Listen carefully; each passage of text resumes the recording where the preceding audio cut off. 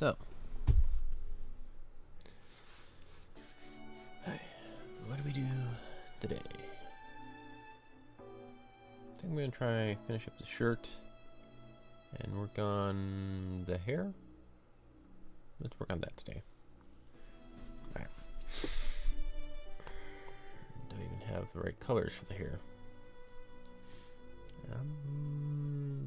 Probably not, but let's give it a shot. Alright, so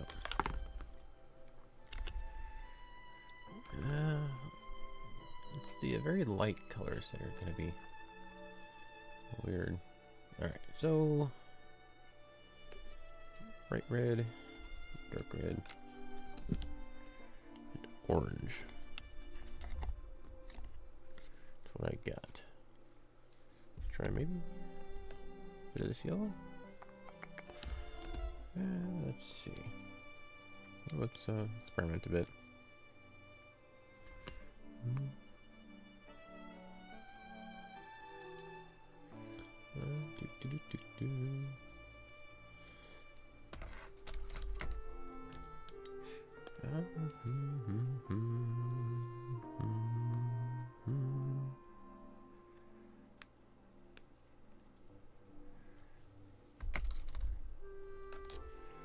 Let's go with my yellow and orange and then see where we can mess with some of this stuff.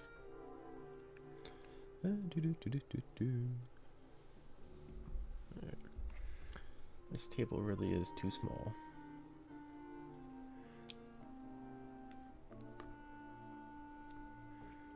Let's see what kind of a color I can come up with. There we are. Alright. Damn it. Got to clean off the brush. Hey, too many little things to keep track of. Well, one other thing is I've shifted from one of those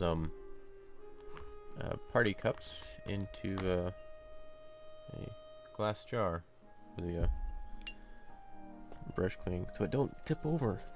I can close it off and seal it up when I'm using it. Hopefully, that's the idea anyway.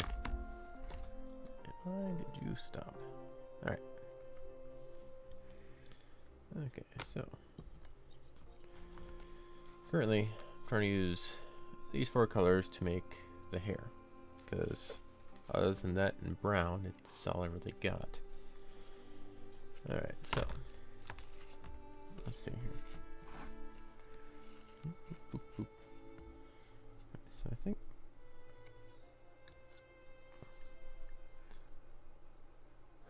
because this red is much too dark, much too saturated. This one is way the hell too bright, as is this orange.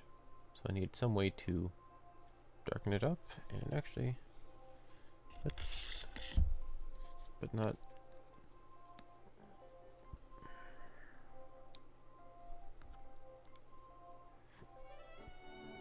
that won't work, that won't work. You? Like I keep saying, not enough space on this place. This one might be the key. Giving it a little bit of brown to even it out, but it's very...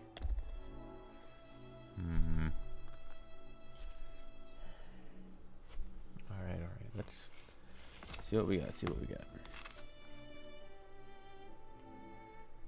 think you'll be a decent base.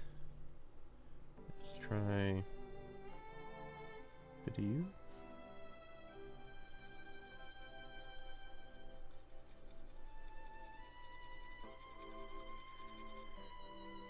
That's too pale.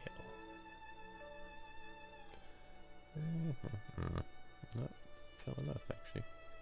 Well, let's try a bit of you. Will that help? Let's, too yellow. Too faded.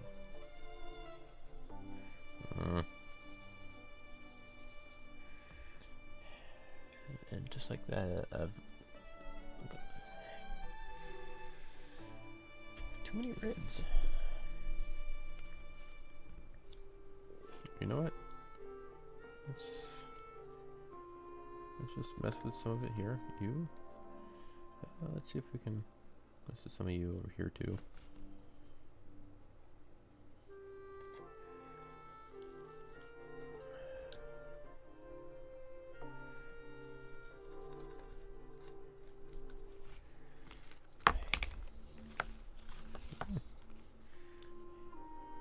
Not enough space, man. Not enough space.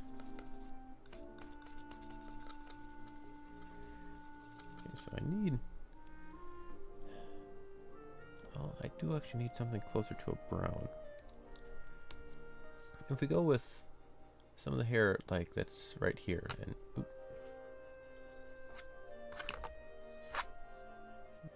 Good, didn't have, I keep looking at this hair here. This is more of a highlight, I guess, and here would be more of a base color, and it's closer to brown than it is to red. So let's go with that look, that train of thought.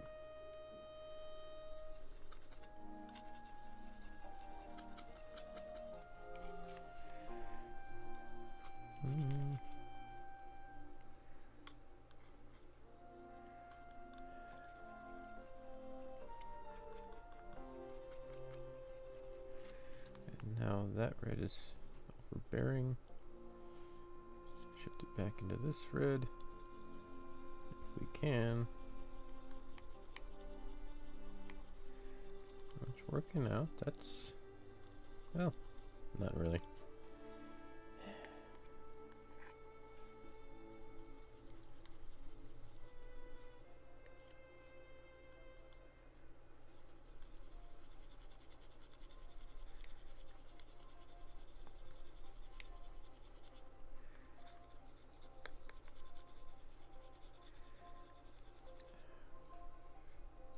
So how do I get that color?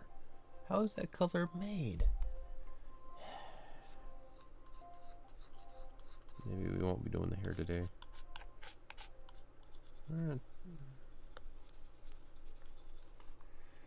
I'm getting something like this. Or a brown paste.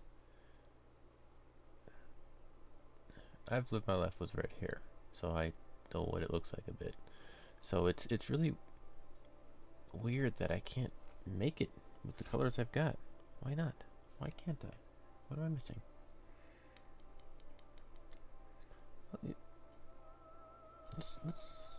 Let's try that train of thought. Give me just a moment.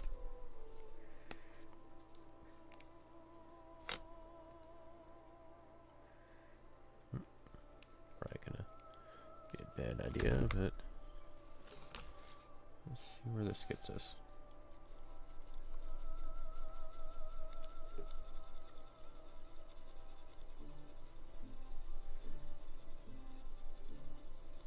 That gets us to a odd pink.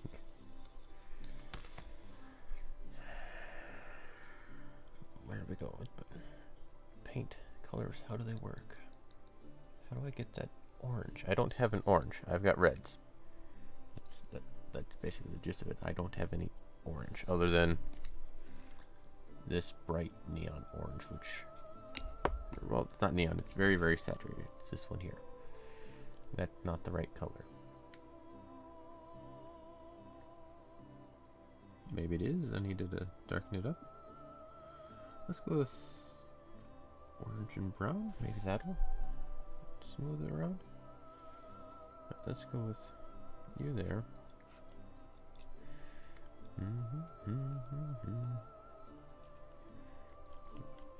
Brown there. See where this gets us.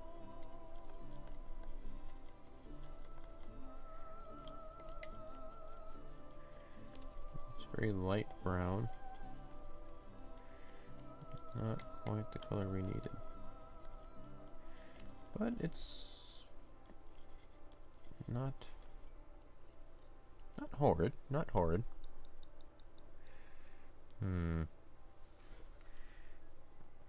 Let's add a touch of red. Try and bring it back into the field.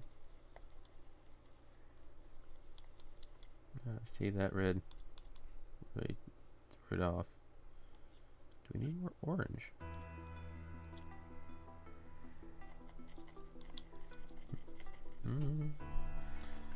I really do need a bigger palette.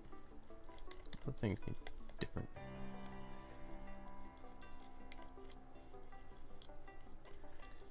Okay, this is a different brown.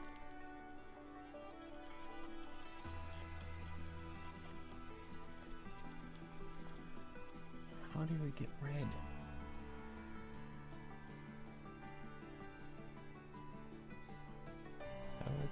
How do I get that red here? Let's do a test run.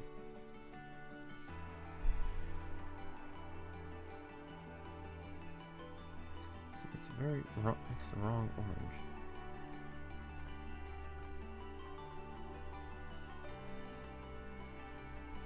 Okay, looking at it that way, it needs a much more saturated red color. Because that as itself is not the right. It potentially could be the highlights. At best, it would be closest to the highlights. Not the main one. So, how would I get that to a darker? Let's try this darker brown I've got. Closer to black. It just makes it brown.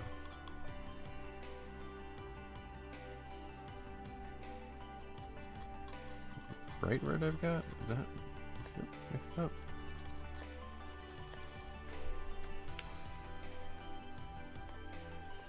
I guess it's a very pale color, pale complexion.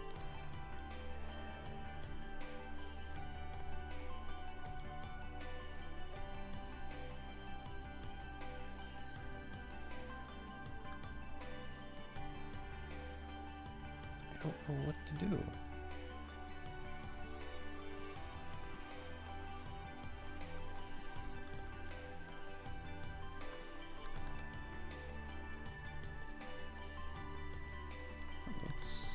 That a shot? It's getting close, actually. That's getting closer. That's getting closer.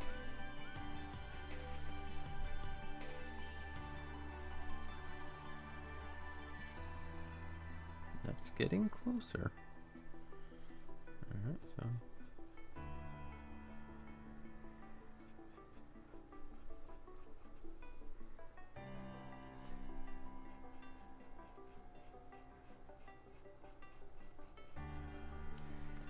that's not horribly far off. Still very different, but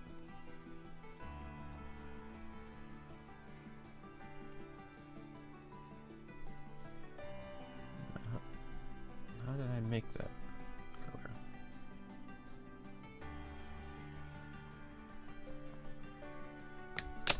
And I screwed that up.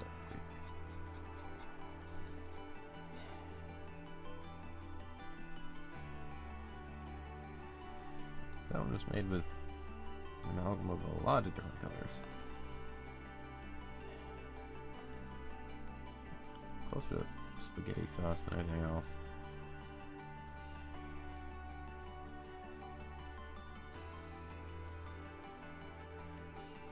What the hell out of me until I figure this out.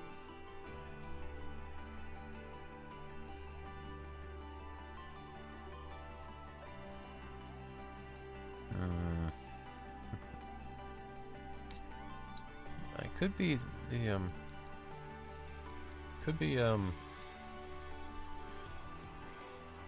it's close to the right shade. Well, it is. It's close. I just don't have enough paint right now to justify it.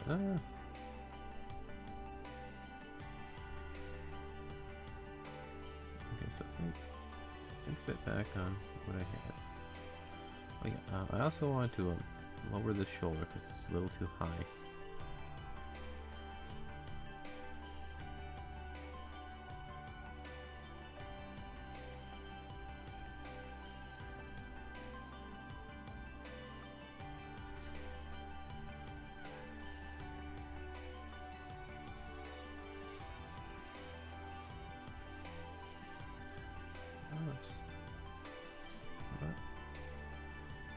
the worst color choice I've run across.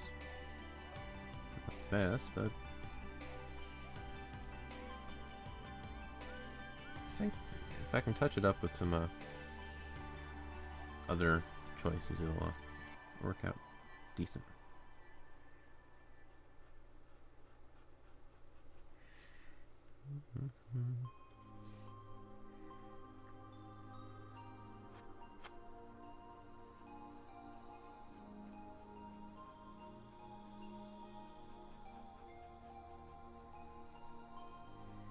I just need a lot more of the paint, because this ain't enough to last.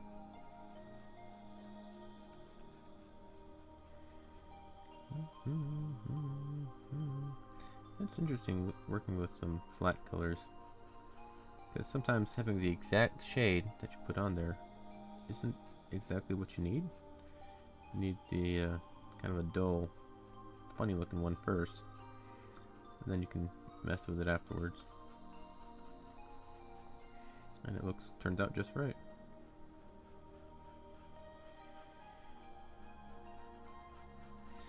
So one of the things I'm going to be trying to work on today is, I think I'm going to be dedicating today to art, not just on stream, but the rest of the day too. Because I get the feeling I'm not quite working on it as much as I should be, or rather, as much as I could be, is a better way to put it.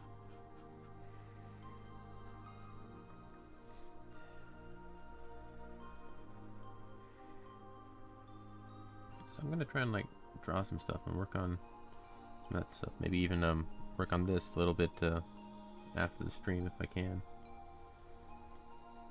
Try to get myself in the habit of doing a bit more, perhaps?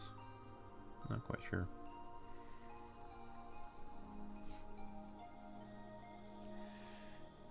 Alright, so right here, cover that up just a bit more.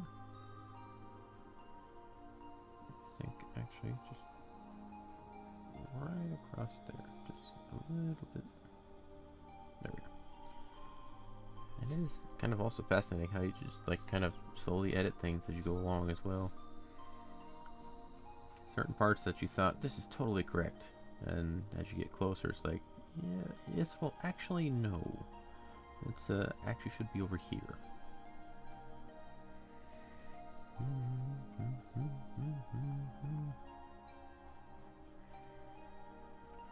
This is still a very not quite right color, but it's good enough as a base to work on. I can mess with this and get it a bit closer with some time, some effort.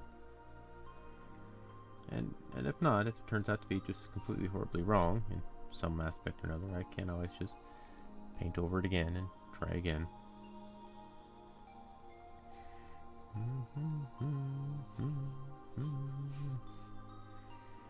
Alright, so let's... I am going to need a lot more paint if I'm going to work on the hair here.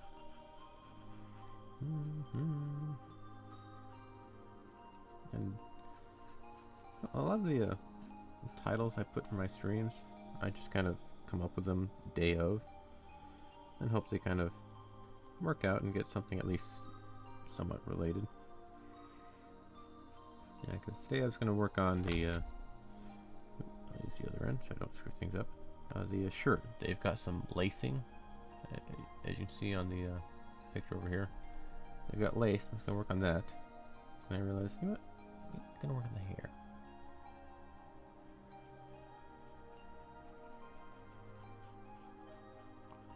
And it technically is a fair thing as well. And it's all this little stuff. I have done a bit more of something I don't normally do. But going out and looking at some other people's artworks, mostly the just online digital art of just random stuff. Mostly I tend to look at character art for D&D. A lot of people have a lot of cool ideas for characters, but they need very specific things. Okay, so I need a demonic looking guy who's playing the accordion. Does anybody have a picture of that? Because quite a few, well, I'm probably gonna say most players aren't able to actually draw what they're thinking of, so they try and look for character art that they can repurpose for their things. And it gets fascinating seeing all the different styles and art and people. I need a cyborg orc with like a lightsaber. Anybody got something like that? Oh, hello, welcome. Working on the hair today, trying to see if I can get that going decently well. It's okay, not great, but it's okay. Haven't watched the movie yet. Ran into a download priority thing. Brother came back talked to us the other day. Wanted us to download Overwatch for him if we could, and so and he's on a slightly bit of a time budget, so I haven't seen that just yet. It's we're working on it, but wasn't able to get to it. But yeah, so I haven't forgotten, I haven't ignored it, it's just not quite yet. But yeah, it kind of is, and we had some issues getting it set up in the first place where we could download its password, username, and things like that, getting all convoluted. So some of that. Yeah, it's probably a bit too much.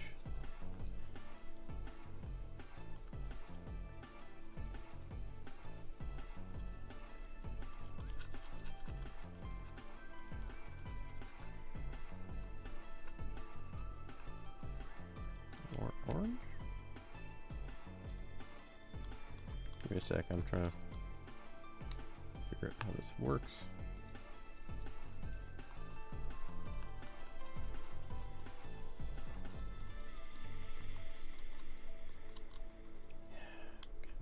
Remember what I did too. Yeah. You can insert how much you can throttle on the downloads? I didn't know that. That's a new one to me. Yeah, because it's always been having to throttle it through other means for what I've had to do. Is that a new network setting or something you can mess with? That would make things a fair bit easier. Oh, there we go.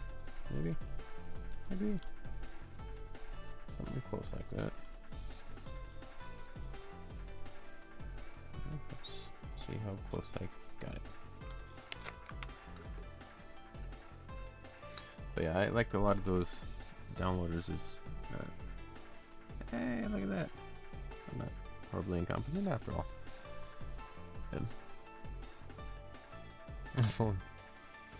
Yeah, that is the thing. You get like full-on downloads. Well, you wanted to download it right now. Yes, but no.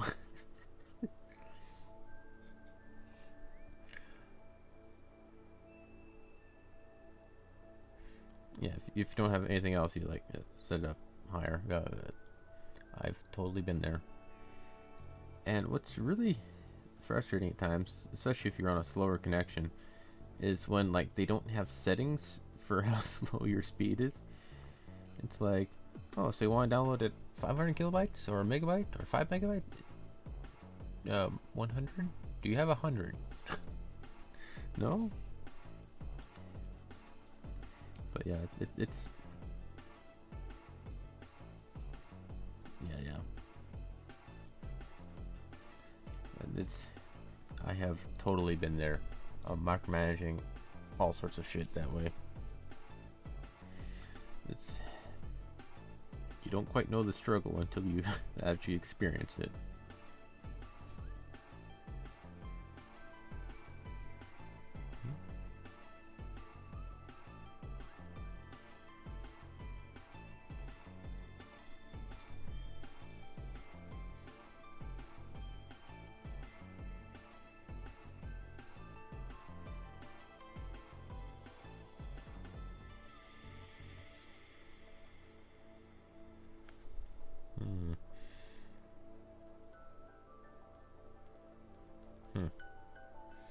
That's for other people.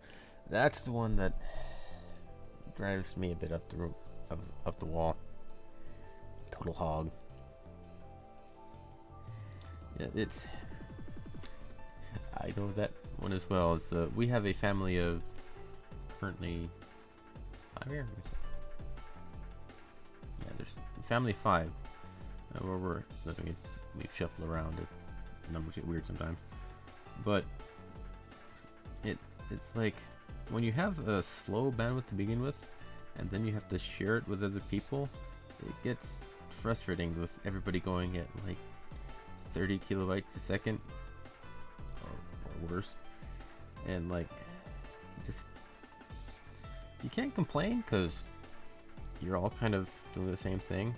Our family understands it a bit more. We've lived it for so long, but it still gets frustrating when like some dude's like, okay guys, I'm gonna be trying to download this thing, I gotta watch a video, hold up a sec. Alright, and then what I found is kind of actually interesting is how you find sites that are, or things that aren't quite as intensive, or at least you try to. Because I found I start reading, I think that might have been one of the reasons why I started reading quests and actual story type stuff. Not, I used to watch webcomics or read webcomics. Very art graphically intensive, but with the slower internet, they got harder and harder to keep track of because I'd have to sit there and wait and wait and wait and wait, and the picture would steadily go boop, boop, boop. If it didn't break in the process and have to refresh, because that's always fun.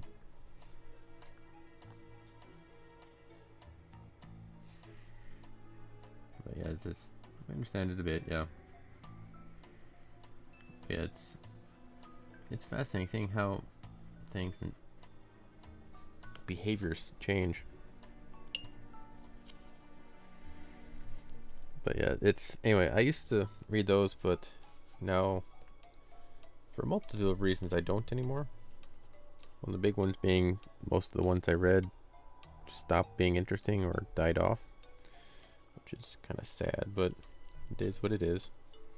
The other one being the internet. It's just a lot of the ones I was interested in very art heavy, but I can't keep up with that. I just can't. Well, not as well anymore. Or rather, not as I used to. Newer internet's a bit different, but the worst ones are news pages. Those pages suck. So I have to read something, I just boosted up a bit. Yep. Yeah, I normally default to 140 as well. 240 is generally actually okay sometimes. The newer internet, we can actually stream and look at things a lot better. But even still, there's some times where it just dies. And I heard somebody like a quote or something that said no internet is better than slow internet, because when it's slow it's still possible, but you gotta work through it. I don't know. And it's like you can like feel it.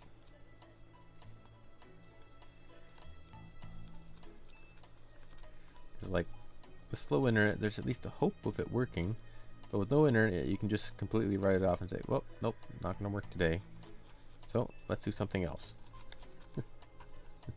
But then again, I don't know. But yeah, news sites are some of the worst for bandwidth. They have ad, scroll, check this, look at this thing, video, autoplay videos. It's like, stop it. That's why some of my parents don't go to many news sites anymore. It's because we have trouble doing it. And one of the other more bizarre things is, give me a sec, mixing some colors here. Need to focus some. It's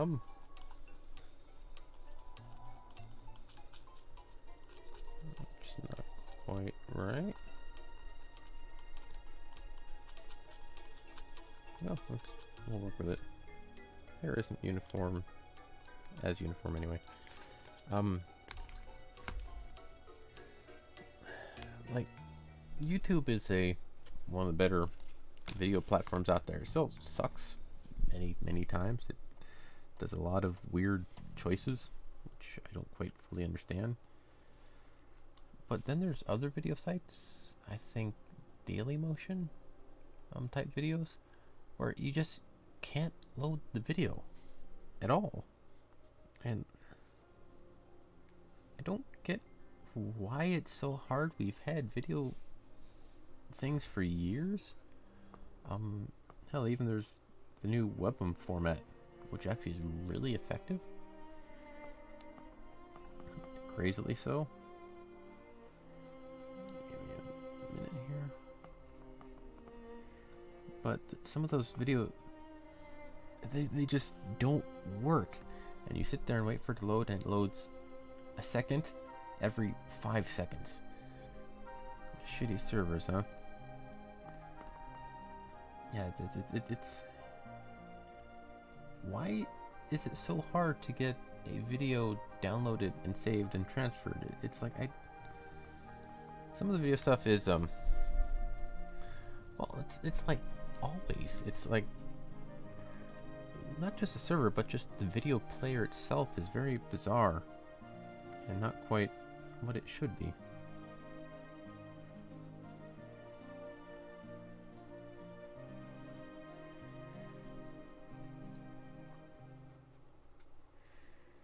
I have enough for everyone's need as well. Yeah, that is actually a big one. And why YouTube is still king of video, because they have Google servers and they can quite literally just buy their way through bankruptcy.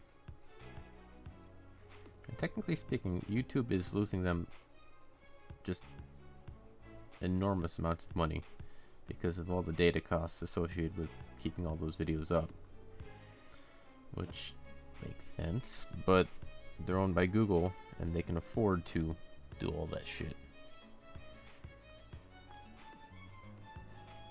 which is a problem in itself or something else, but it for the most part means that other competitors can't really compete. Instead, there's always some data hack, some login information scandal going on. Happened with YouTube, happened with, I think, Tumblr, happened with Yahoo, all sorts of...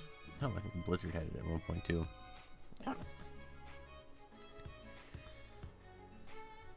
But yeah, it's the paper and pencil. Yeah, that's one thing I really... Well, I can see it, but it still kind of amazes me when people use Password Keeper. It's like, by doing that, you've defeated the entire point of a password. There's one thing for remembering your password when you log in all the time, especially with like a login client, like an MMO or something like that. But using it for like a web page is very odd. It's like, hell, I've got a shoebox filled with most of the passwords I had. I'm still missing some of them. One of the reasons why we had some issues with the Overwatch thing over the weekend. But have it written down. If you have it written down, nobody can take it from you, except if they come in and physically steal it, or you tell them, or do something really stupid in front of them. It just, the same as with like physical locks. If you ever get the chance, look up this guy called the Lock Picking Lawyer. He's got very, very short videos about picking locks, and he shows just some of the absolute most top quality locks, and he picks them in a couple of seconds and shows how bad they are. Some of them he doesn't even pick them. He just straight up opens them with like a paper clip. Slip it in here, click this, it's open. Didn't even look at the lock. Password keeper, it's well, it's password keeper amounts to laziness for the most. One moment.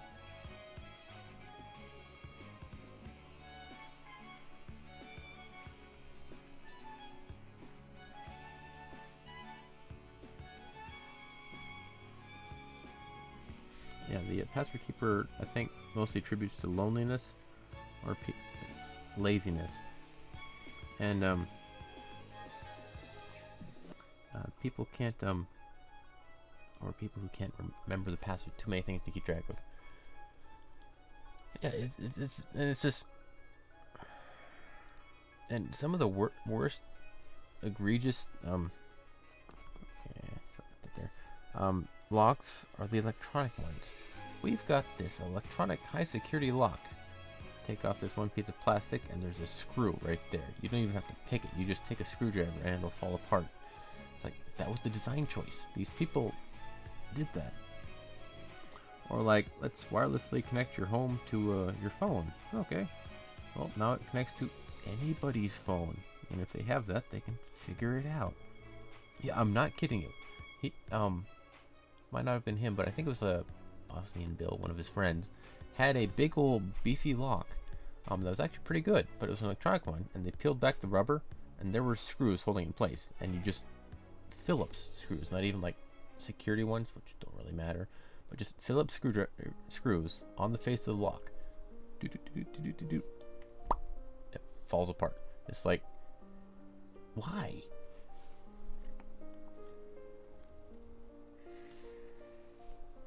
Yeah, they just, I know why. They're selling locks as a product, not selling locks as a service. And it's just, it's ugly.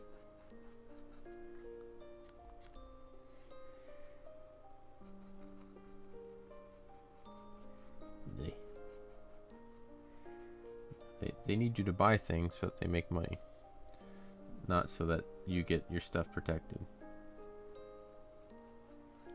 I don't know. I've looked into a bit. Somewhat. It's just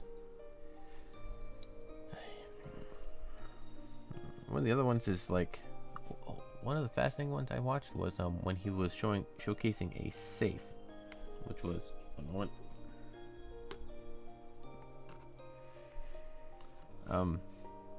showcasing a safe for your documents. It was a fire safe, meant to be able to be protected from a fire and potentially burglars and such as well. But they specifically mention fire safe, natural disasters, and not actually people. Not in a million years, Firefox. Yeah. Yeah, I've got some browsers that are like, you want to keep track of this password? No, stop asking. Yeah. It's occasionally for things I use often or like keep me logged in. I think I do it for YouTube, because that's when you can't really get around. But you just stay logged into the account. You don't ever have to type it in again. You just, every time you log in, they remember that you're still there and like refresh the deadline for when you have to put it in again, type of thing. That's some of the stuff I use, but yeah, it's just, don't remember my password, don't do this, because that really does boil down to basically letting somebody else remember things for you. And it's one of those things that only works if everything is working like it should. As soon as it's not, it falls apart. Yeah, as soon as things don't go the way they should, that kind of stuff just disintegrates. And leads to even more convoluted messes of stuff. It's like, if you never remember your password and you have it do it for you, and then that dies out, well, shit, now I can't remember my password. I can't get into it. How do I do that? You can't. But if you have it written down, you can... Oh, I forgot about it. Oh, no. Oh yeah, it's in that shoebox. Let me go pull it out real quick. Ta-da!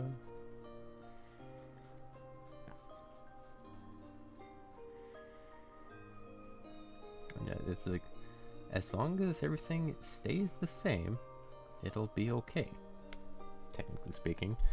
But when do things always stay okay? And why are you...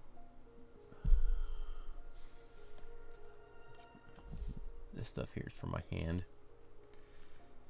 Gotta stop doing that. Gotta stop doing that.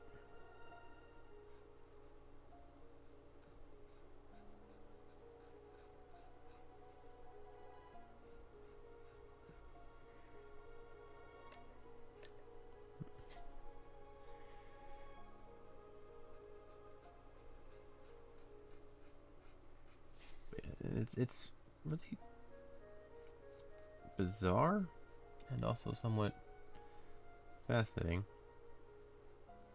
how little people have. God, it's such paper though. It's nice. The only two ways you would lose it, well, three. One, you physically lose the box, forget where you put it, or like it gets burned to a crisp, something weird like that, or like somebody steals it. That's about it. And like those are the only ways it can happen. With electronic ones, there's viruses out there, there's leaks on their end, there's you could leave your computer up and they like log in it that way, change your shit. There's just so many ways electronically to steal something.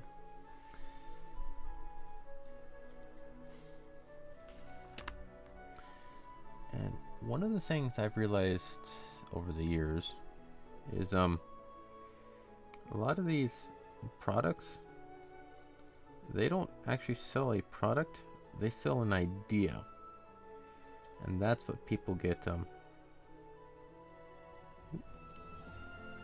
a moment.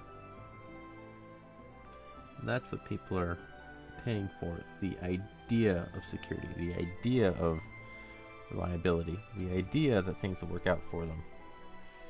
When in fact, it's not quite that easy. But I see that all the time, especially with a lot of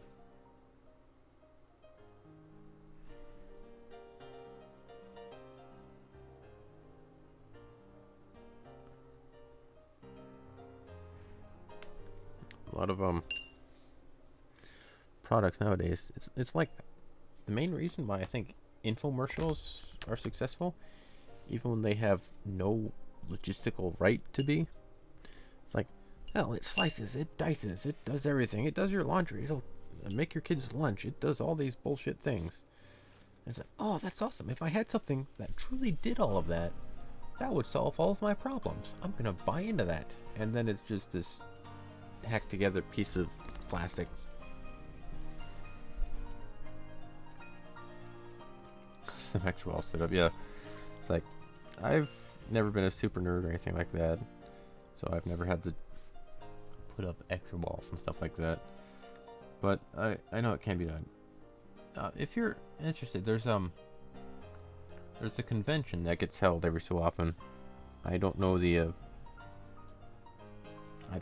when or if it goes on, but it's called DEF CON. And it's a bunch of guys talking about security and like ways around it. Not illegally, but like people talking and showing, okay guys, this thing is really busted because yada yada yada, or like I managed to hack into this without doing anything illegal. Everything commercially available got me to this point here, and I'll show you guys how I did it, which is a very fascinating way of protecting things. Yeah, there's YouTube videos of it. There's one guy who one video I remember vaguely. He was able to bypass the TSA ID scanner, whatnot. He was able to spoof it because they keep all of the data logs on the machine that they're required to use, and it doesn't get rid of them. So it's one of those that's wrong. No, that's give me a sec. I'm looking at some of the colors here.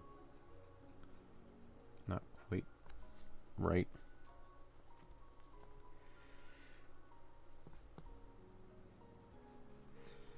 But yeah, and like all this stuff, he managed to get one online or look into it. But they like through mostly legitimate means showcase the flaws and securities and things and how they did stuff. One guy shows how he had a sniffer for like Bluetooth or Wi-Fi. You basically just a box. You sit down, and it picks up all the transmitted electronic signals. Like normally, you have to. One moment. Are you? Oh, never mind. Message on my screen. Sorry about that. But it's a box, and it sits there and straight up just listens to every wireless signal that gets passed through there. Potentially, yeah. I think that's infrared though. But yeah, it sits there and like when you're sending out a wireless signal connected to a router, like my computer is. Oh, actually mine's LAN cable. But a laptop over here, it's got a wireless signal, your phone, whatnot. They're always transmitting a signal to said router, to said device, to said whatever. They're electronic devices in the proper spectrum tend to be screaming all the time. It's like, I am here, this is where I'm at, this is where I'm located, this is the data I'm looking for, are you there? Yes, I'm here, this is where I'm at, this is what I'm doing, this is the data I'm sending you. And they do that all the time, over and over and over. And so this guy just plopped the box down somewhere and started listening to all this stuff. And like, look, I got a phone call here. I got like internet browser or something here, stuff like that. And the thing was, it was all like unencrypted stuff. And so these people were just straight up listening to a conversation. It was the equivalent of if like me and you are talking, and we're in a public area, and I'm straight up yelling to you. From 5 feet away, and somebody just sits down and starts listening to us. We're not hiding it. We're not trying to prevent people from listening in. We're just having a conversation by yelling at each other. And anybody who's able to listen can straight up listen to their heart's content. We're not stopping them. But the worst part is, with the electronic one, we can't tell that somebody's listening. They could be there doing shit, and we wouldn't have the faintest idea. Anyway, those kind of things are relatively common, and they make jokes about it in the convention stuff. Okay, guys, turn off your things. Would so-and-so with so-and-so turn off the router? I think it's got some problems with some stuff. Thank you. Just kind of... At the convention, they do it as a joke and try and, like, test others and like see who forgot to turn their phone off, stuff like that. Nothing malicious, but they just pay attention to it. I think that's decent enough for the hair now. I'll probably, well, I will come up to it later, but I'm going to work on some of this stuff now. But it is spooky, but I think the biggest thing is like electronics. A lot of people tend to think electronic things are far superior because they're new and better and special, but it's no, they're not. They really aren't. I don't quite get it. Space. I don't quite get some of the mindset people have of electronics being the best thing ever. They can be, yes. That's wrong. I gotta fix that.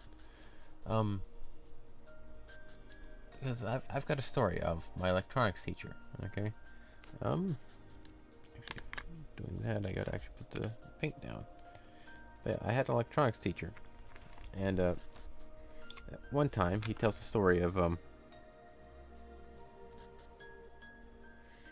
he was having some trouble with the cars, and he'd bring it in and like bring it to the mechanic or the dealer or what have you, and said, yeah, I think it might be the electronic system in the bag.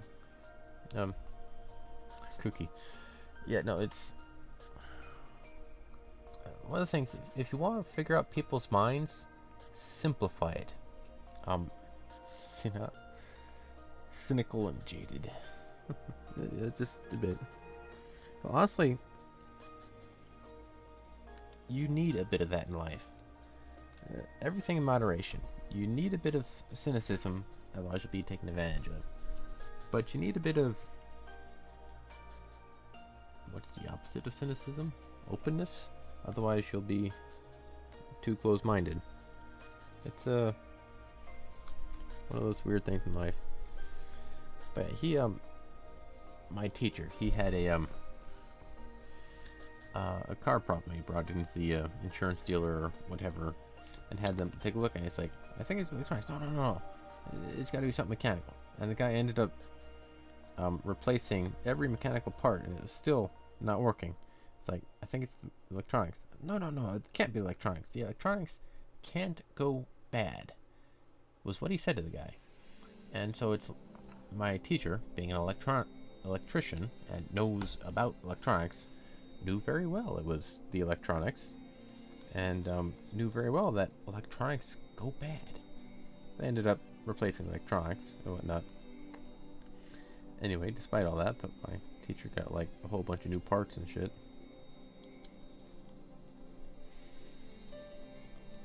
But it was just the mindset. This can't go wrong. I think one of the things with why some people are so hard to understand is that, oh, so kooky to understand, I guess, is one way to put it. Give me a sec. Putting up a couple of shades here.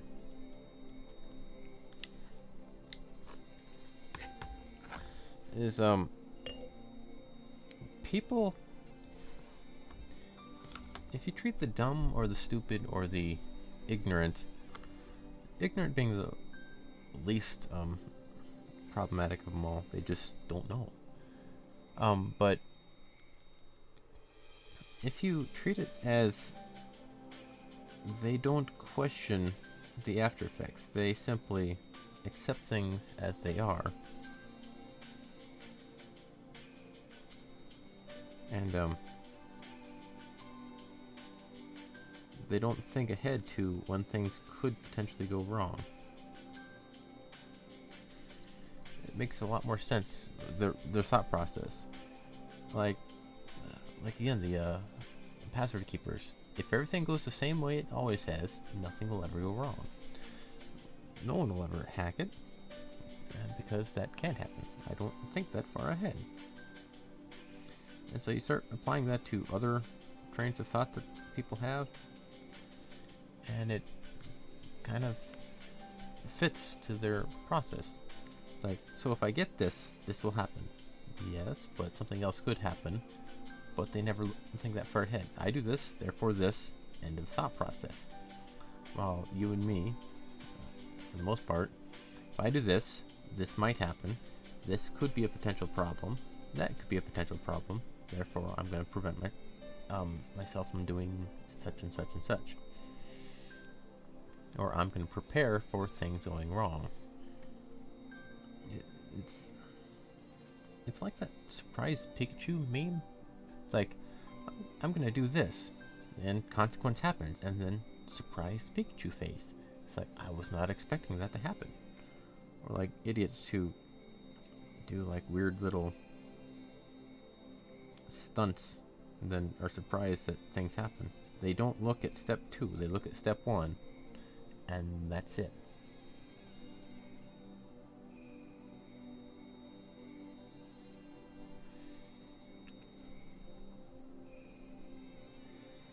Three or 4 steps ahead, doing something cooking, have time to think. Yeah.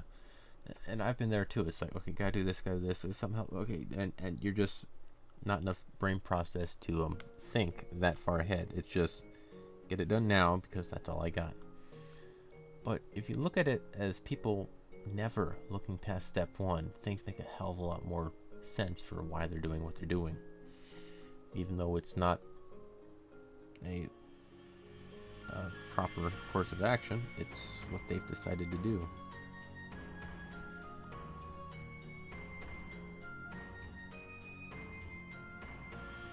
And it applies to other things as well. And I'm doing this wrong.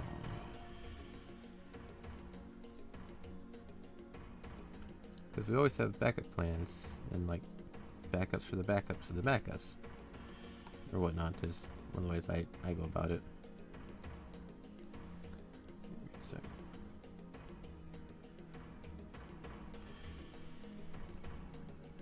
This one here, that's the problem. Okay. But yeah, and it's like people who go, I'm going to open up a business doing a restaurant. Okay, do you know how to cook? No, but I'm going to do it. And it's just a sign of stupidity, but they go and do it. Multiple choice.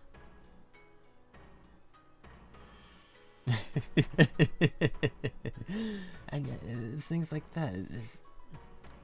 I could totally see stuff. It's yeah, one of the things. If you ever want to feel good about yourself for whatever reason, just look at the average, the lowest tier of an average person, and what it takes to for them to do anything. It's like the reason warning contains peanuts on a pack of peanuts, why there are safety instructions for do not stick your head in this flamethrower appear. It's because people did that. They thought,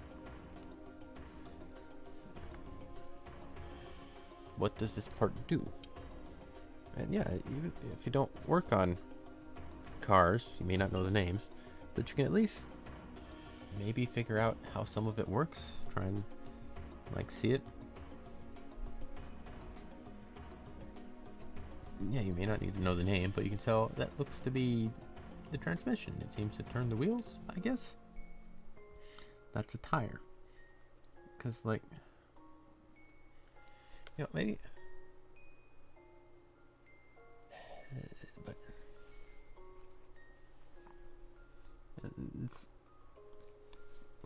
it's these stupid things, and they simultaneously make me lose faith in humanity, while at the same time giving me great faith in myself.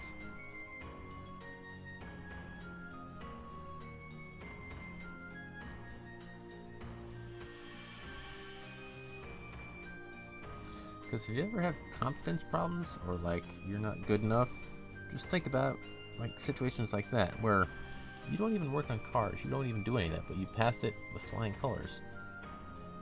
Not try to even figure it out. And that's the thing. There's another thing in electronics. This is where a lot of my knowledge base comes from, I guess. In electronics, there's the term path of least resistance. And if you apply that logic and that mindset to everyone else, hell, even yourself, because it does apply there too, they will take the path of least resistance. They will take the path that is easiest, maybe not the most logistical, but the easiest one to follow. There we go. That looks right. This does not.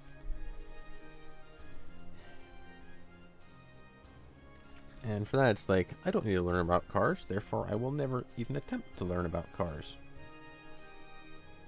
And I will never try to listen. I will never try to figure it out. I don't need to, therefore I won't.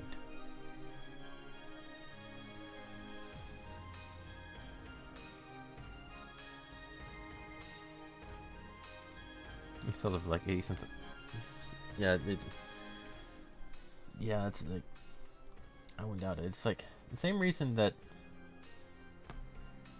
you have people that fall for blinker fluid or there was the old muffler bearing, but that one's understandable. Not many people know how a muffler works, so I don't give them fault for that. But the one for blinker fluid, or putting screws in your tires to give better traction during the winter, and shit like that.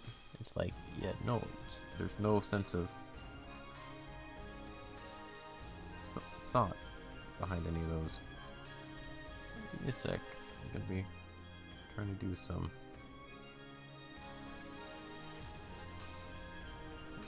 design work here. Bear with me.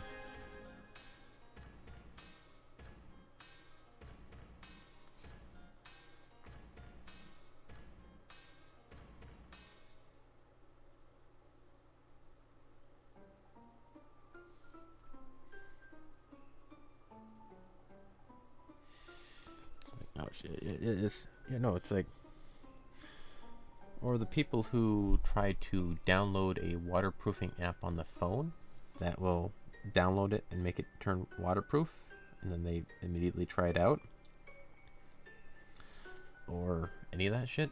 It's like, there's one thing with not understanding something. There's another one with being unable to understand something.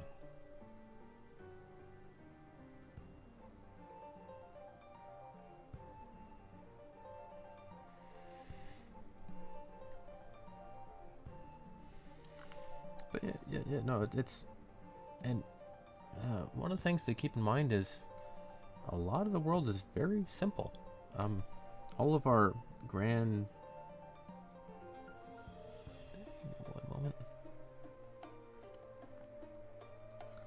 grand advances in technology and whatnot aren't really all that complicated. And this is very wrong. Why are you so wrong?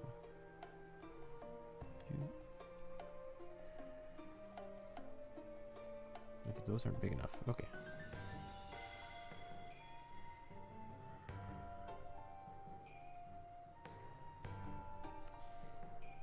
I gotta fix this. You know what? I'll come back to that. I did that wrong, but I gotta fix it. Engineering or something. Well, you probably could.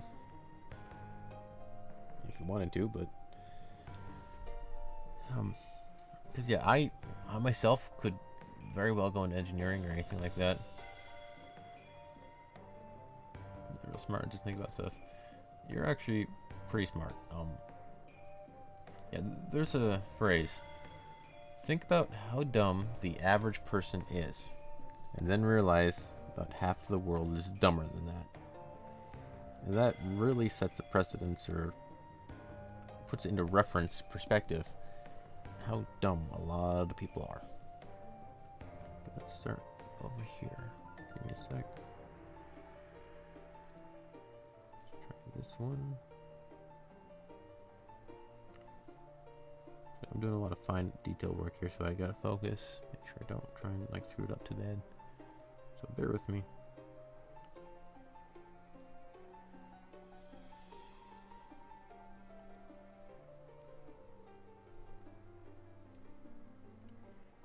That should be just about there.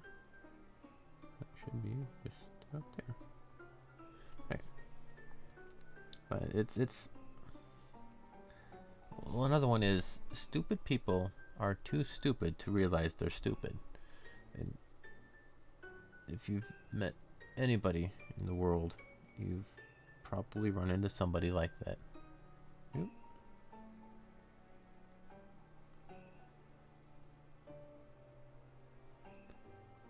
And you go about here, and like that, I think.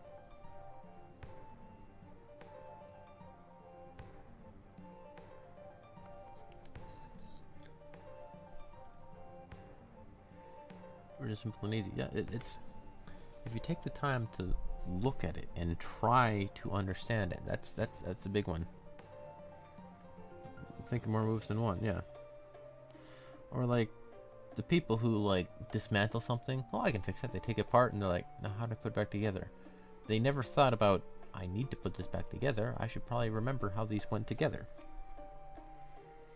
or things like that. It's just like, yeah, it's people tend to just not think that far ahead. Alright, so we've got about here. Yeah, right about there. Give me a moment. Down to about here. Definitely odd. Here, and then another one here. Then another one here. And that should be close enough. Yeah, that's close enough. Sorry.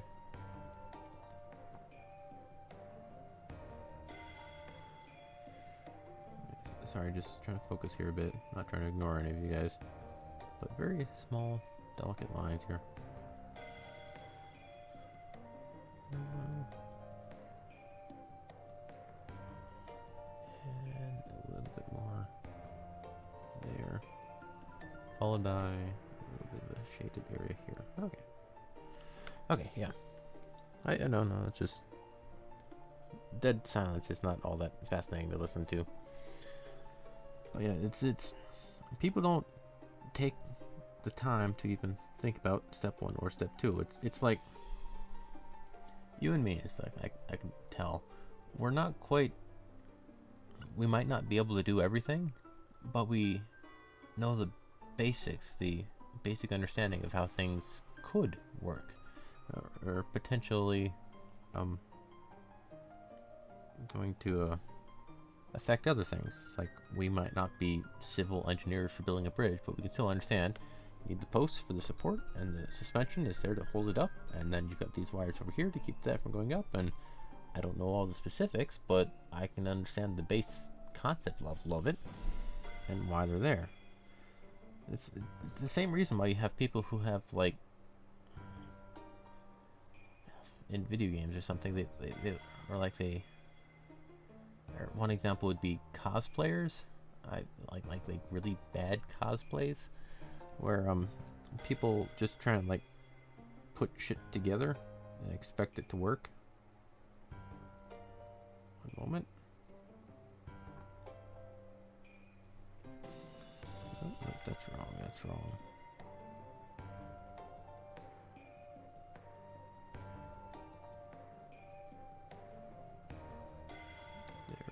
Closer.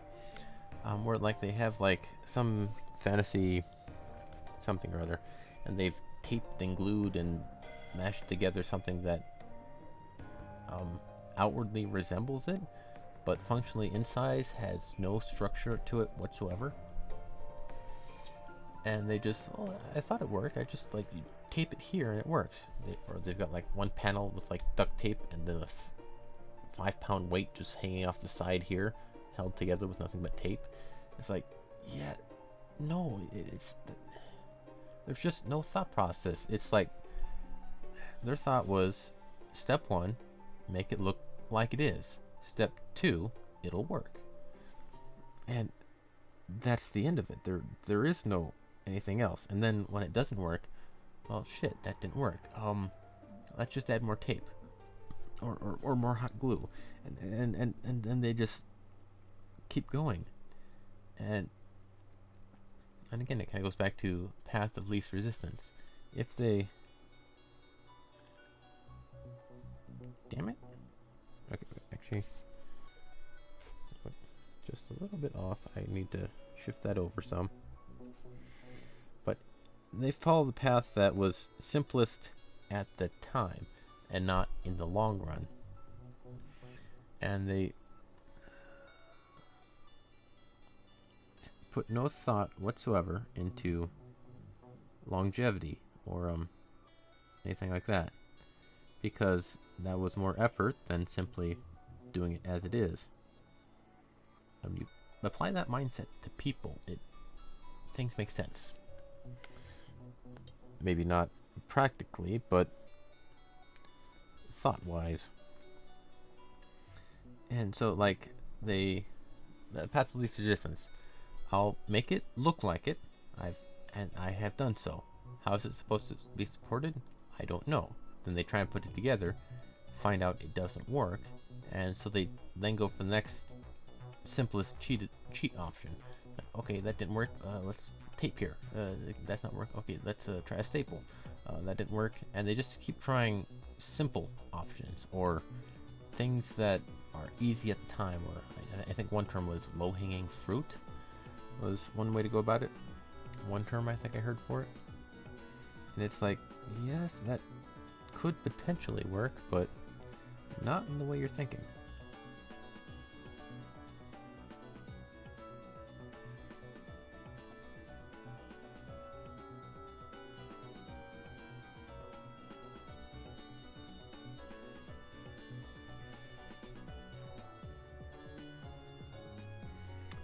Okay, this is not quite right. I think you need to come back down. Like that, just a bit. Force it that way. That's a bit better. I think you need to lower a bit. Alright. The paper craft?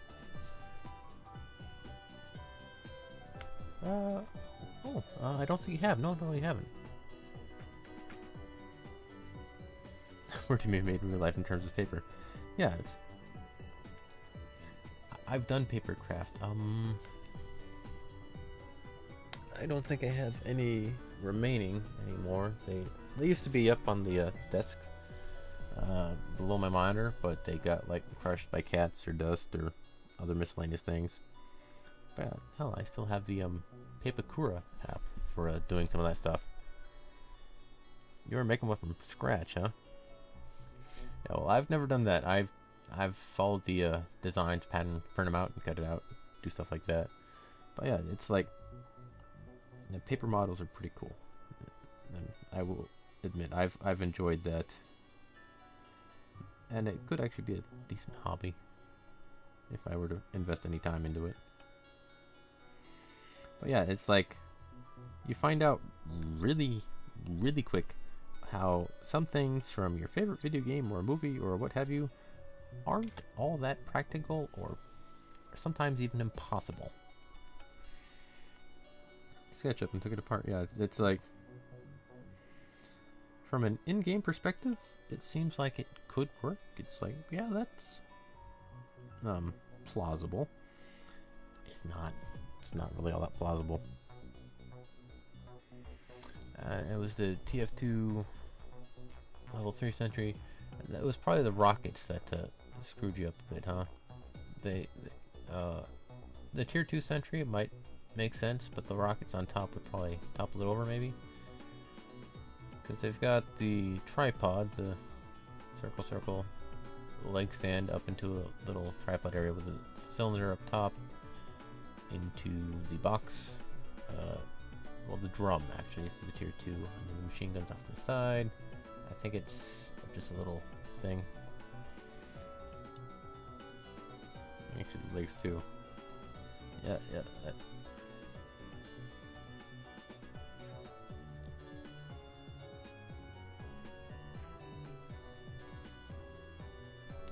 very weird. It's not right. This is why planning doesn't work out sometimes. I'm following this little circle pattern that doesn't line up. So, time to redo. What's the legs too? The legs, well, for my fuzzy memory of them, they could technically support things, just maybe not in that proper placement. Maybe? I don't know. Something's on braces. Oh yeah, that's a big one. There's also a similar type thing. Papercraft has it to a minor extent, but like some actual models have it to a significant one, where you have like a person and they're like doing some really big leaning action pose, like the base is here and the person is like here. Well, I'll do it this way. The base is here, but the person is like angled up like this, like in a big old dash attack or something, with like a sword held up like over here. If you were to just have that in one solid piece, it would just topple over because it doesn't hold up weight that way. So they have to have bracing and or like heavy weights on the opposite end to counterbalance. And it's I don't gray. I need white.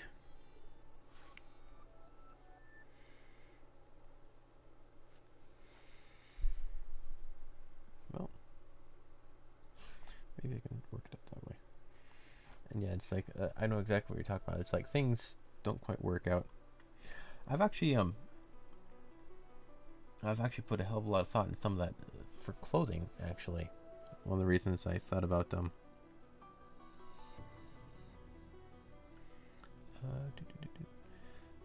cosplay as a potential income source. Not me doing it, but selling it to people and shit. Okay, what the? I think it's not the right size. Okay. I'll make do. I'll make do.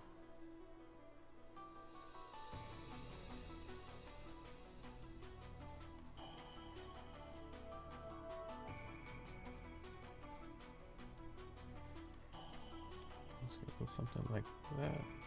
Hopefully that'll even it out. Yeah. But yeah, I had a character. I grew up with Teenage Mutant Ninja Turtles, and I was always fascinated by them. And so I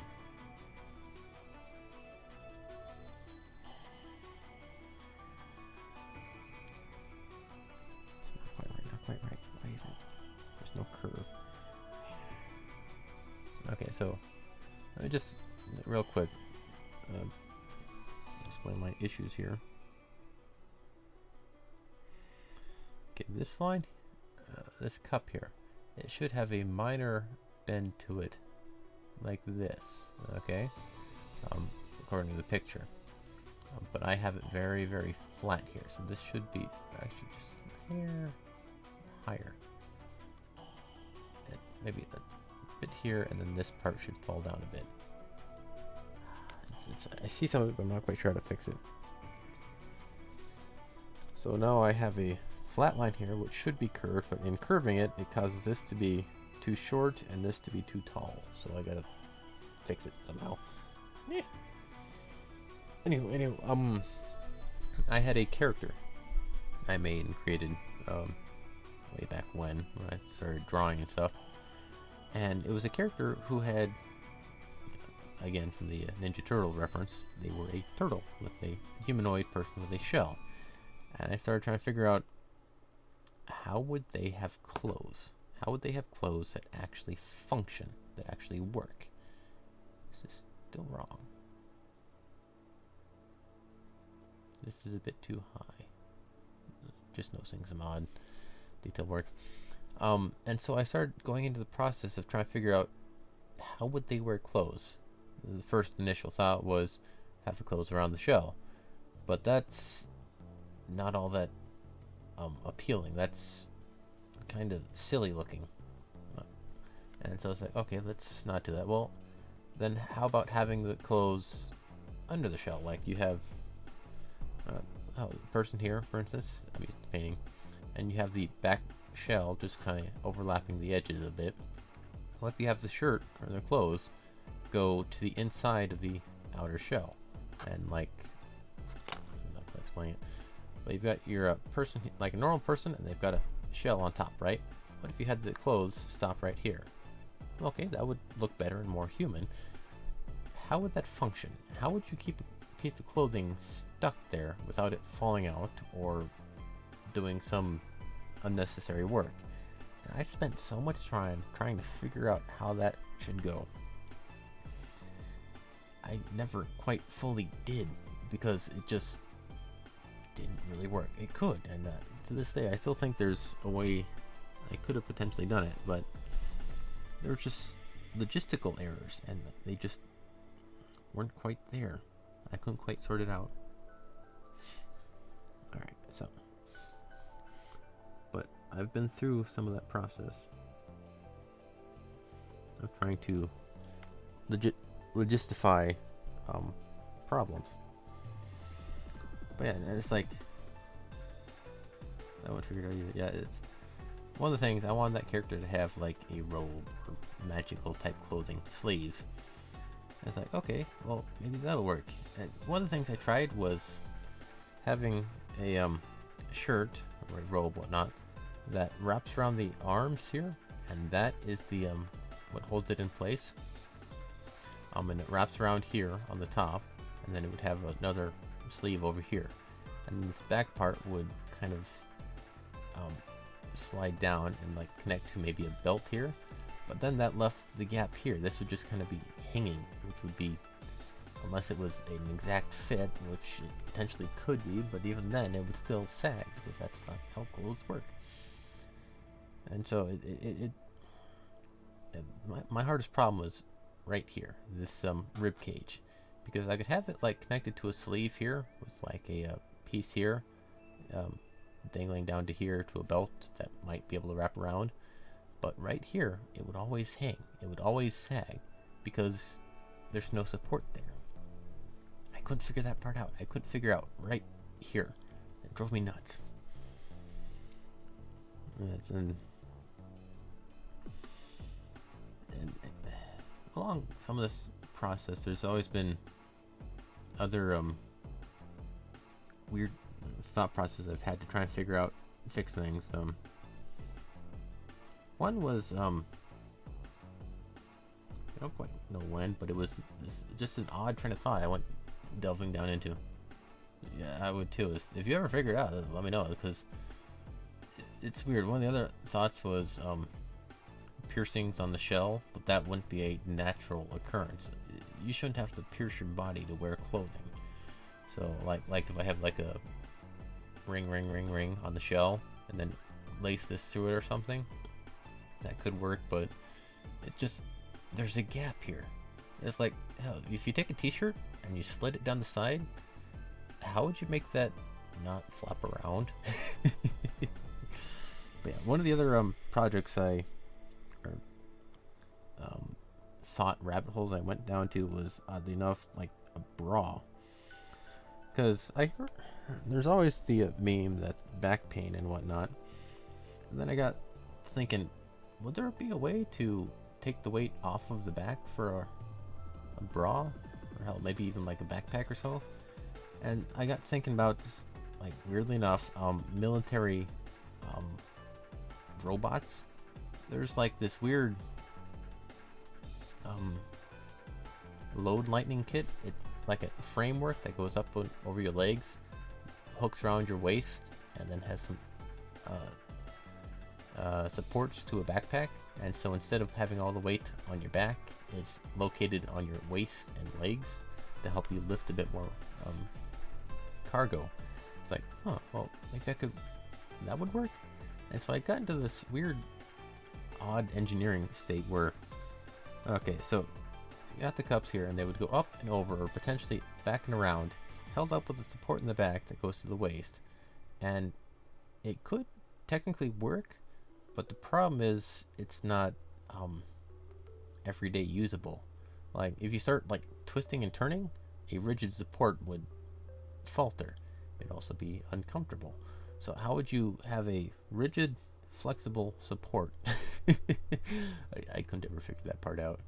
But yeah, most cups tend to be, I also learned this during the having to design bras for dolls, but most bras have a strap here and then up and over the shoulder, and it's the shoulder thing that a lot of people complain about, and where most of the weight, well, technically the weight is supported in the chest band, and this one is just keeping it level, keep it from tilting forward, keeping it in proper shape.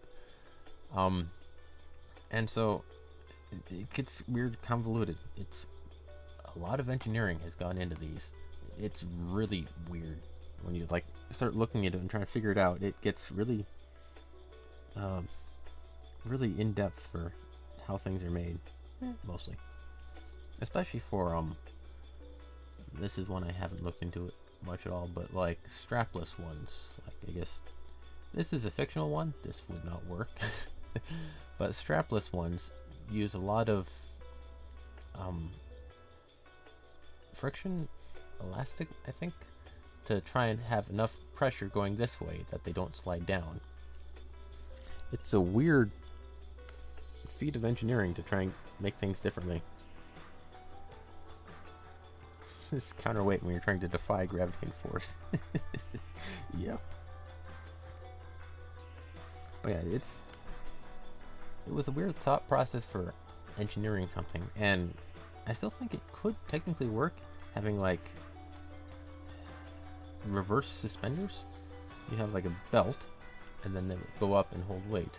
The other thought process was coming up through the abdomen into a basically a bowl. It would sit there and hold it from below instead of pulling it from above, which could technically work. But again, the abdomen is where everything falls apart, because the abdomen has some of the most flexibility of anything at all. And in order to support weight, for instance, you think of it from like a metallic standpoint, just like a wire frame. You would have a wire from here to the waist, here to the waist, and supporting it, like a column or a pillar in a building. And that could technically work. Oh, yeah, I need a... Okay, actually, hold on a sec, I just noticed something I can do to fix this.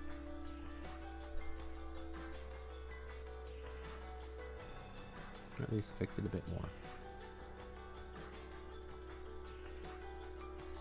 And so if you had like a rigid column supporting a weight, like a Roman column or whatever, they can absolutely hold the weight. But then you take those and then you twist it. That would just topple over and it would no longer hold any weight. So it has to be a flexible one, but the flexible one can't support the weight. So unless we have some space fiber or something crazy like that, I couldn't think of a way to have a vertical support from below that would also flex with the human body. Feel free, yeah. I'll see if I can find out my sketch, because I've got it somewhere, but I can't for the life of me remember where I put it. It should have been over there, but it's not. Maybe it fell down? I'll look into it, but yeah, I've got some sketches and whatnot. 9 pages into... Really? That's really cool. I'll definitely take a look at that. After the stream and all, so give me some time. Okay, so give me that there, and this has a secondary. So we've got. Give me 1 sec. Focusing here. Band thing and band. So this should. You know what? I'm gonna go it over.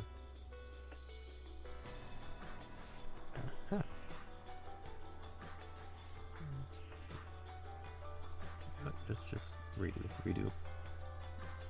But yeah, I tend to engineer a lot of things like that. Just trying to overthink. It's something I did a lot back in the day. Less so now, but SketchUp, huh? I've heard of that, and I don't think I've ever really tried SketchUp. I think I've just heard of it, and it's a thing, but never put any thought into it. But yeah, one of the other ones I tried to over-engineer and make a thing for was chainmail. I at one point was trying to make yeah, you know what? Here's my issue. Right there's my issue. Alright, give me a sec.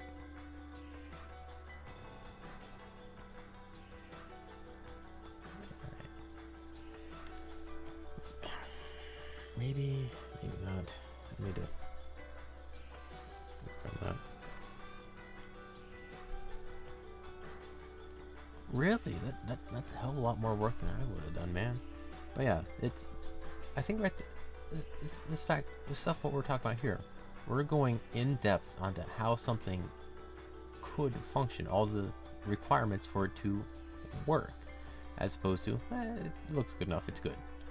Hell, like some fancy clothing. Hell, this is actually an example here.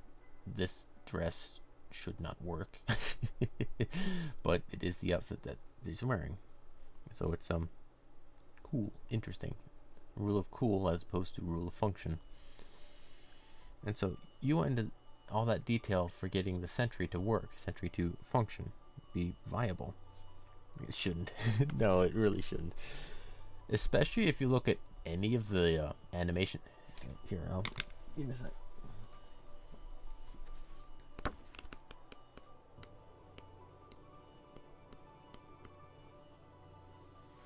Alright, it's yeah, it's her dress is magical. I think that's like the only explanation for it. Because if you look at here, this one here, she's getting knocked back very fast, very hard, and still on. She's run. Give me a sec. If I can focus on here.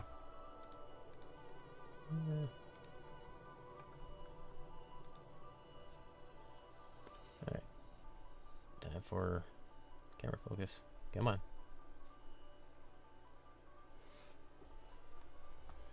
Alright. No autofocus. Time for manual focus.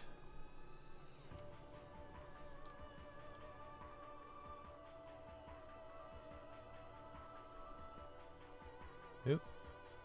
And there it is. Okay. Like in this portion here, her dress should not be staying on. Okay. And then there's like this one here where she's throwing things. It should not be staying on. It is a magical shirt. I guess, well, I can't quite show it, but she's very mobile. She moves around a lot, and her dress should not stay on by any stretch of the imagination, but it works because magic, I guess.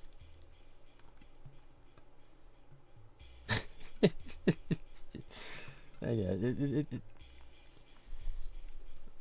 the specific subject matter notwithstanding, but this kind of stuff is fascinating. How like a fantasy concept, a imaginary sci-fi fantasy fictional concept, looks interesting, but in practicality doesn't work at all. And like as an artist, you can like draw a single still image, like for instance this picture here. This image would be okay in and of itself, nothing inherently wrong with it. In motion, in practicality, in common use, standard things that you would run into stop working at a certain point.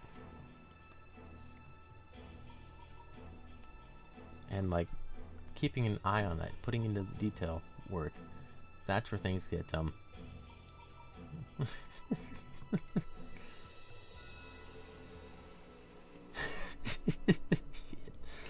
Oh man, this is kind of crazy. But yeah, it's like, I guess this is the outfit. And wasn't that one like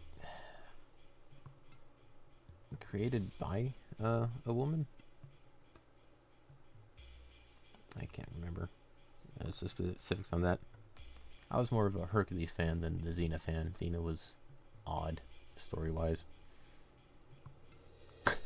Shit, man. Maybe I need to check out that show then. See what exactly you're talking about. But yeah, it's I grew up with the Chronicles of Hercules, whatever. That was the show I watched more often. It was more comedic, down to earth, and less serious type show. It was more fun in that sense. I think it was also on a better time slot for me personally. I can't remember. It was years ago when I watched that shit.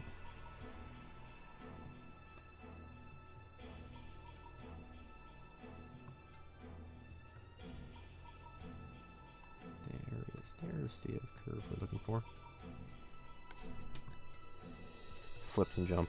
Oh yeah, hell, I know about that. It's hell. There's one clip that gets tossed around on the internet all the time to make fun of all of that. Where she jumps up, grabs onto a tree branch, does a couple loop-de-loops, flips off, and starts doing a somersault like 50 feet offshore, 200 feet offshore onto a boat or some crazy ridiculous thing. It's like she flips around, ta-da! It's like, yeah, no, that's not gonna happen.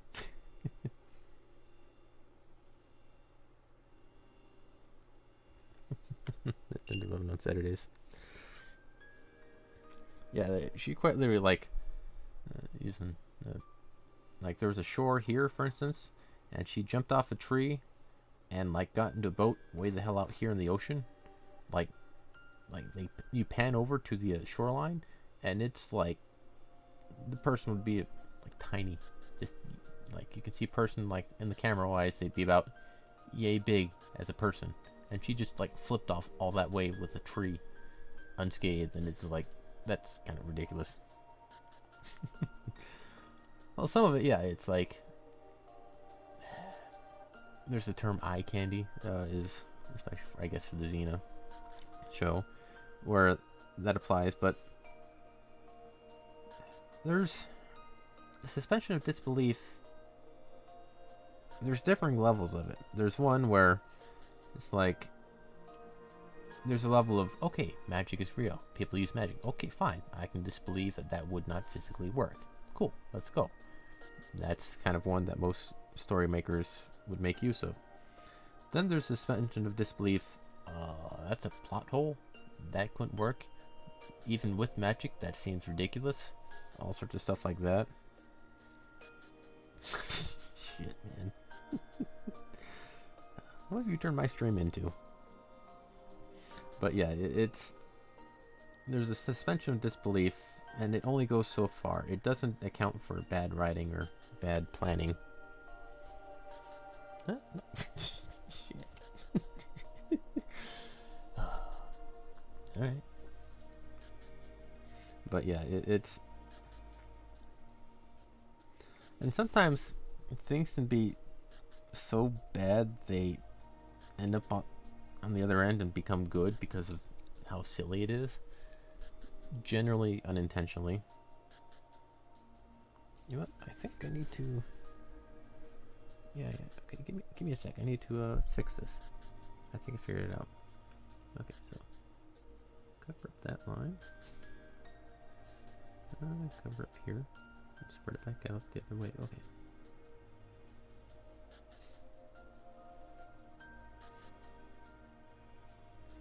One of the odd things I can notice a bit in some artworks, some, not all, but I think it might. I don't think it's in this one, but in this artwork, the lace pattern work seems kind of flat and then scrunched into place. I get that feeling a little, but at the same time, no. No, that's not possible. Maybe that's why the Hercules show wasn't as widely accepted as the Xena show. No, without a doubt, that's I think why. Two simple reasons. Character differences. Alright, so give me a sec. You go about here.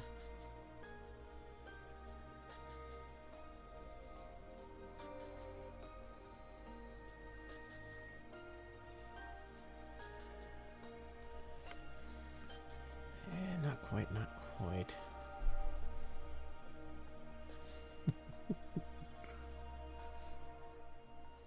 Alright, but yeah, it's...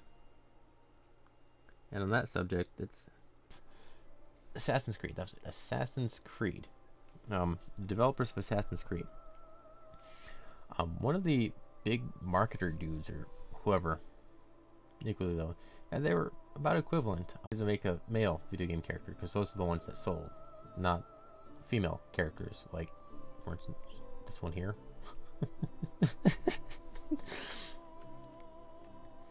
Yeah, it like goes counter to like most other marketing styles.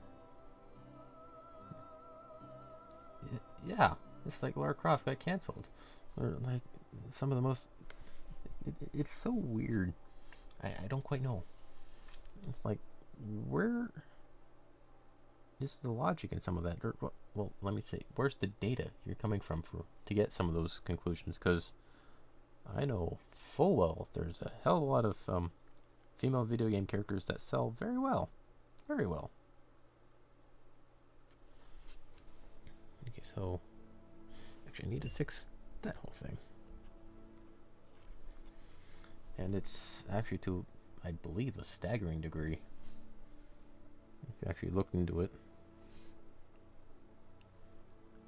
But let's go that route.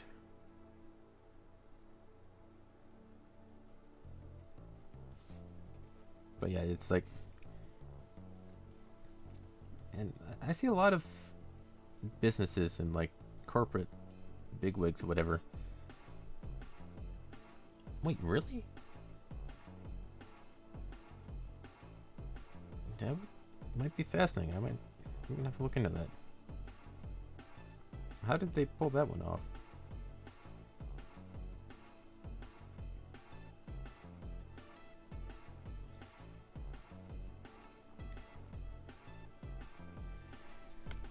Yep. Ah, comic form. Okay, that would be it.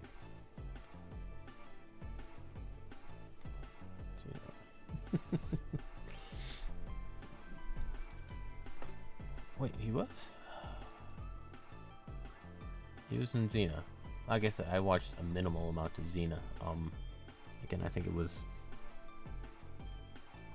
time frames. I think I might have had a personal show on at that time, like some cartoon. I can't remember, but I was never around when that was on.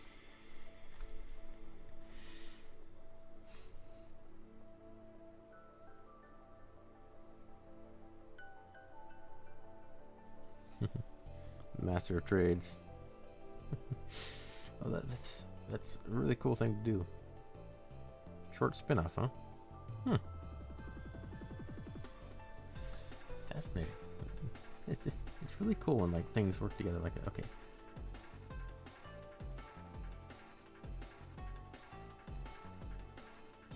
Give me a moment.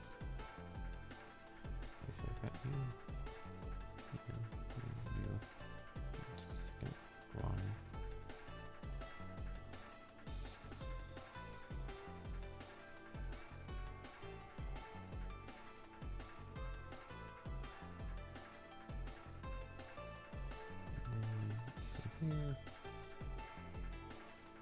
Up.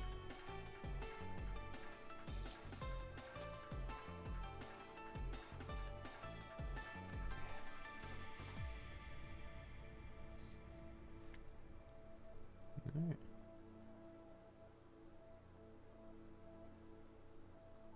Give me a moment. Focusing here.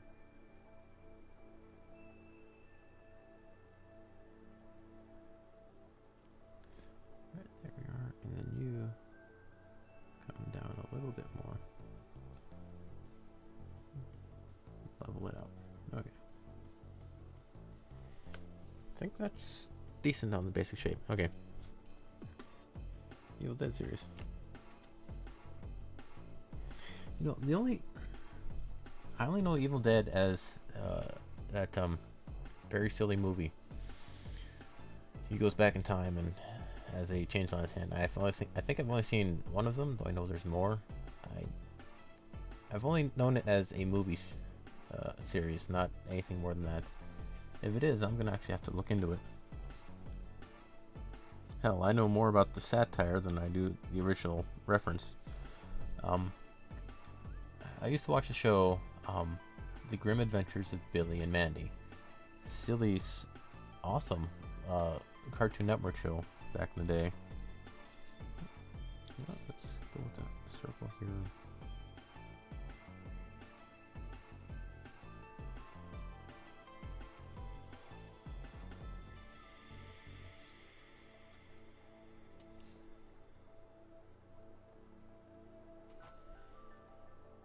There we are.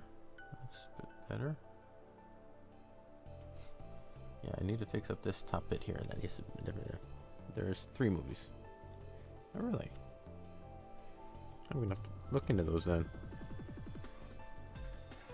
'Cause, yeah, I think I remember really vaguely early on one day watching channel flipping when I actually had TV to channel flip through. You know, that's a thing that doesn't exist anymore. Flipping through channels. Like everyone has like Netflix and just browsing for shows. They don't actually have being able to flip through currently browsed channels. Weird thought.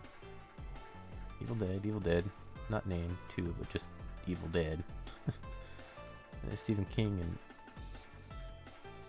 Army of Darkness. I think I might have seen the Army of Darkness one. I can't remember exactly. But just Evil Dead. That naming convention might be why I have trouble. Might be having trouble remembering it. But yeah, it's very silly, and I kind of like his character. He does a good job of being very silly with it. Okay, you actually need to come down.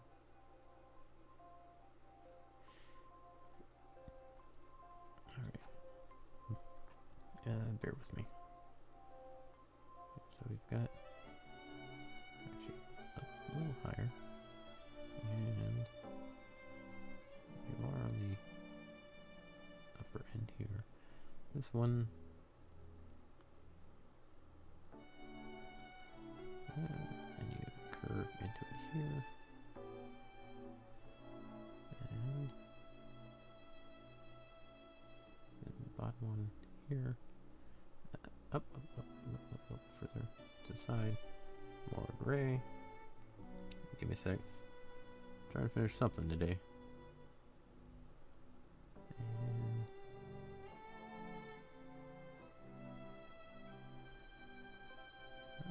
And I think that'll do it. Barring the other side over here. Give me just one more moment.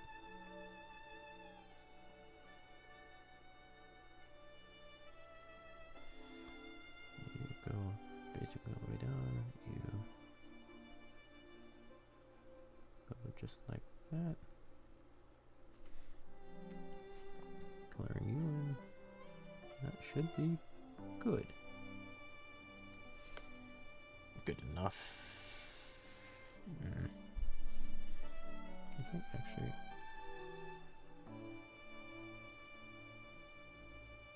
you tilt up a little and you get a little bit extra less. Okay. Sorry. It's really hard for me to talk when I'm trying to focus too. It's one thing I'm trying to get a bit better at, slowly and oddly. But I think that's decent enough. I still need to fine tune it, like the dry brushing through here, and give it a bit more of a shade, a blend to it. Oh, keep talking. You're fine. I'm just apologizing. I'm not able to respond as much as I could with such a focused task ahead of me. All right. Yeah, these need to go up more. Just, this has to rise up and more of a curve like that. Just a fair bit. Alright, let's, for the time being though, work on the other side. Oh, hell, it's almost 6. Wow. Time went fast. Holy shit. Alright. Okay, so we've got this cup here. Let's see if I can figure this one out. Let's go.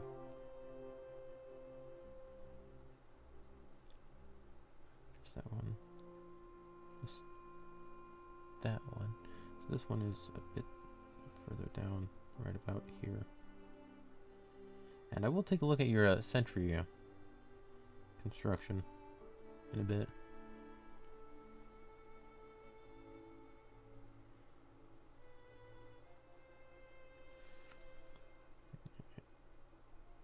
One of the hard parts about art is the stretching and deformation of something.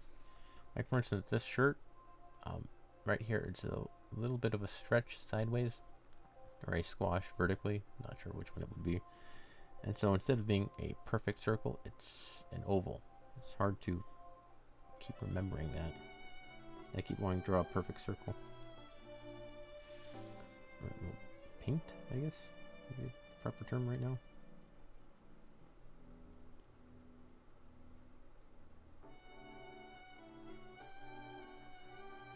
Alright, there, just like that.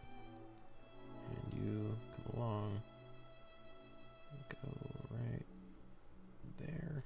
Running out of paint. Refill. Reloading. And then one more here. And I think actually you would go from that. Be what you're trying to signify there. And that's, I think, close enough. Close enough.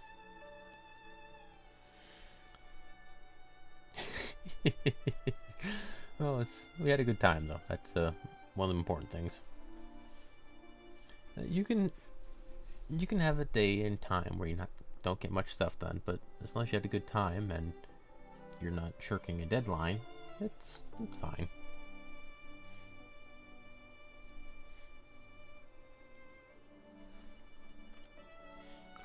No, I'd probably go more detailed than anything, because I've done some weird stuff like that.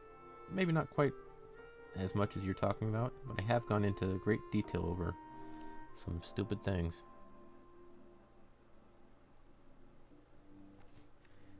Alright, so that's there.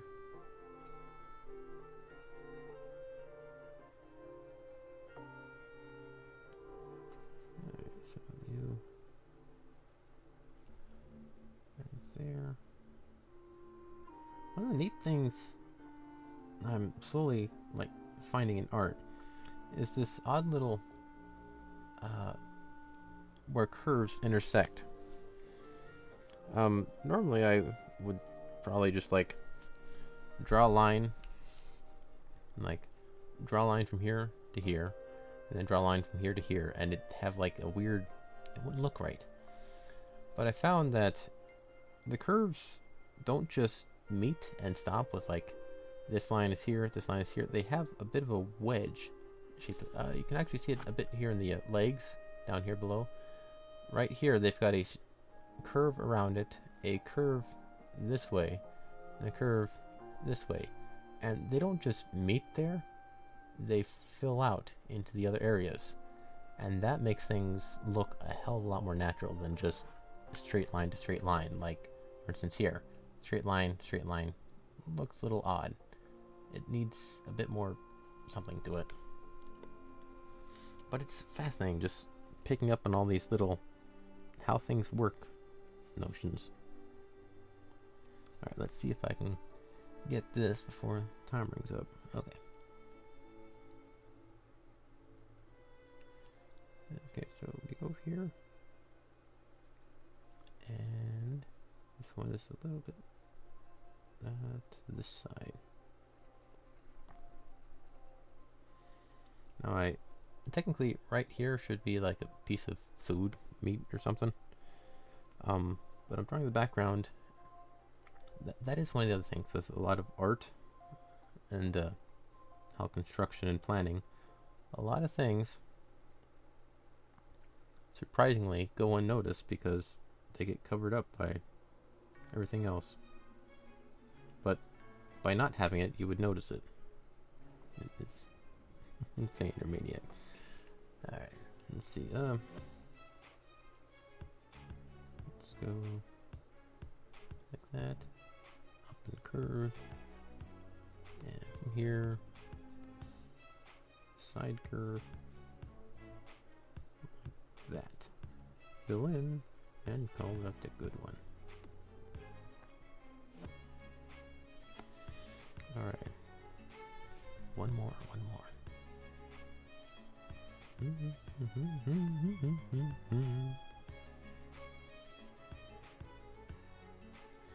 And it really just still kind of blows my mind how small, subtle changes make such huge differences in how things are approached.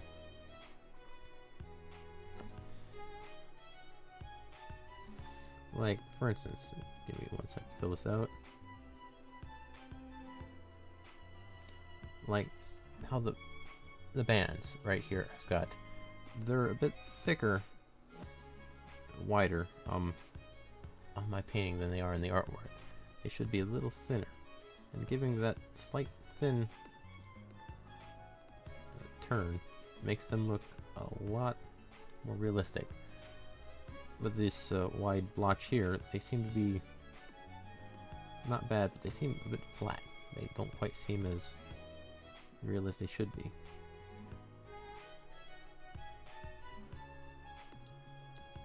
And there's timer. It does seem like I got a decent amount done. Had to redo that side so many times, but hey, that's life.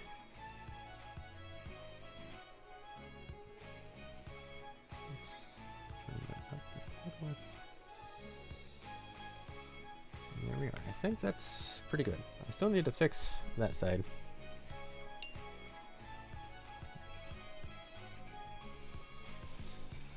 But yeah, it's working out. It's working out. Slowly and surely making progress. Probably should be going a little faster than I am, but it is what it is. Oh yeah, and today I'm going to try and focus on some of this off stream. Try and get it a bit more accomplished, because I do have a project I want to finish before Halloween, so that does have a deadline. So this may have to be a side project, or I really rush that one or something. I don't know. Either way, that'll be about it for today. I did hair. That's the hair. I did the hair and the cuffs. So that's actually quite a fair amount of things. I still have other miscellaneous: hand, food, face, hat, background. It's not a bummer. It's just shifting of priorities. Hair and cups. It's still a bit weird for me to talk about cups, being a dude, and trying to talk about things in a tasteful manner, because I'm a dude, and it's really hard to find. It's a fine line to walk without seeming too biased, I guess is one way to put it. If there's anything you'll notice about me, I hope that's one of it. I try to walk the right line, try not to say the wrong thing, mostly, or at least be courteous, not politically correct. Anywho, yeah, that'll be it. Thanks for the chat. I'm gonna check out your paper model. I might even build it, maybe. That's a complete side project if it is, but I'm gonna take a look at it. Have a good day, everybody. See ya. Bye-bye.